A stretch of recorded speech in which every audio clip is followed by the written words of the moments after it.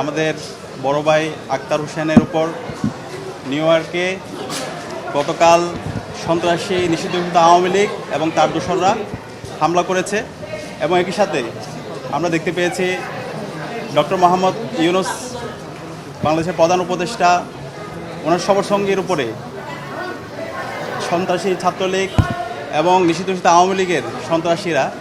হামলা করেছে। আমরা এই হামলার তীব্র নিন্দা এবং প্রতিবাদ জানাচ্ছি। আমরা গত 1 বছর জুড়ে জুলাই বিপ্লব পরবর্তী বারবার বলছি, বাংলাদেশে যারা ফেসিবাদ কায়েম করেছে, যারা জুলাই বিপ্লবের সময়ে গণহত্যা এবং শিশু হত্যা চালিয়েছে এবং ক্যাম্পাসে ক্যাম্পাসে নির্যাতন নিপীড়ন করেছে, পিলখানা হত্যাকাণ্ড থেকে শুরু করে গত 16 বছরে